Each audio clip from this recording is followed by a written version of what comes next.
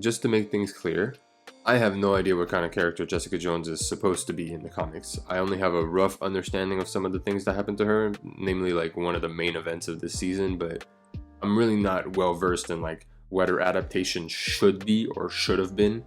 But, that being said, I enjoyed the character of Jessica. Like, she can be bland or come off as stoic a lot of the times, but it's intended. And the character definitely opens up as the season goes on.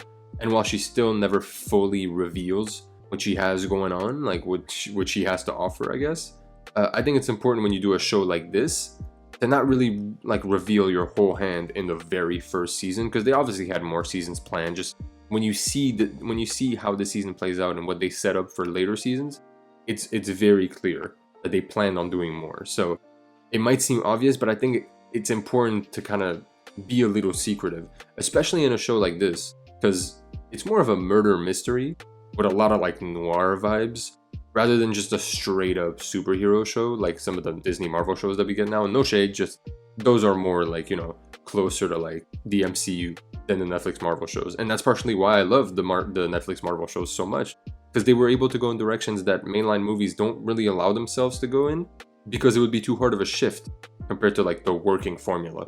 And by the way, I say this, but I love the basic formula, so I'm really not hating or throwing shade or anything. I'm a Marvel sheep. What can I say?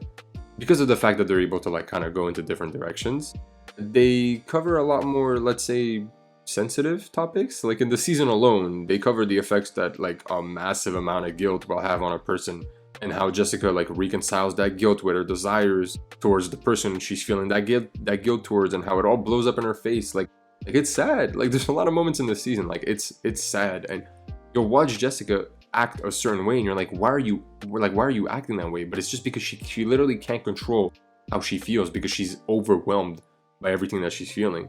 And the worst part is, I didn't even mention all the horrible stuff that Kilgrave does, like murder, rape, torture, both physical and mental. Like, he's a sick fuck, bro. Kilgrave is a sick motherfucker. I think he's probably the worst MCU villain. At least Thanos had a goal. At least Thanos had like a, to him, noble goal in his mind. What is Kilgrave's goal? He literally just takes advantage of everyone he comes across. It's insane how sick he is as a character. What he does, not only to Jessica, but especially to Hope, that shit is just cruel, bro. He ruins lives, like whole families. He ruins them. And I think for that reason, Kilgrave is just a really good villain to me.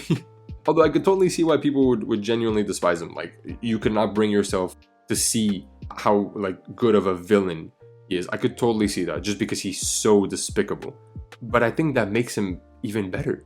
Like when he isn't on screen, you can tell he's invading most of the character's thoughts, and all they want to do is either run away or kill him. And when he is on screen, he just has such a commanding presence, and that might be because of his powers, sure, because you never know what he's gonna do. But I think it's also just because of how he's played. The show is really mostly about him and like how his actions shaped a lot of the main cast, so it was important to make him imposing, and I think they succeeded. A lot of the main cast like goals revolve around him. All the main cast goals really revolve around either getting rid of him at some points or getting away from him at a lot of other points. It's like Jessica might be the main character, but the main focus is absolutely Kilgrave in every single episode. The main focus is getting to Kilgrave.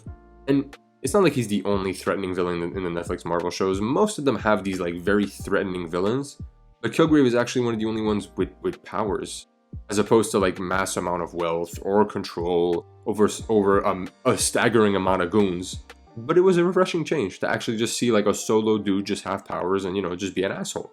It's weird to say because that's like the pretty formulaic villain, but it was a refreshing change because a lot of the villains in the Netflix Marvel shows are not like that at all. They're more ground level villains. And I've mostly talked about Jessica and Kilgrave so far, but that's just because they're like the main focus of the entire season. The other characters also get their time to shine, but for the most part, I'm indifferent towards a lot of them, like Simpson and Trish. I don't really feel no type of way about them. Other than Malcolm, though. I actually really like Malcolm.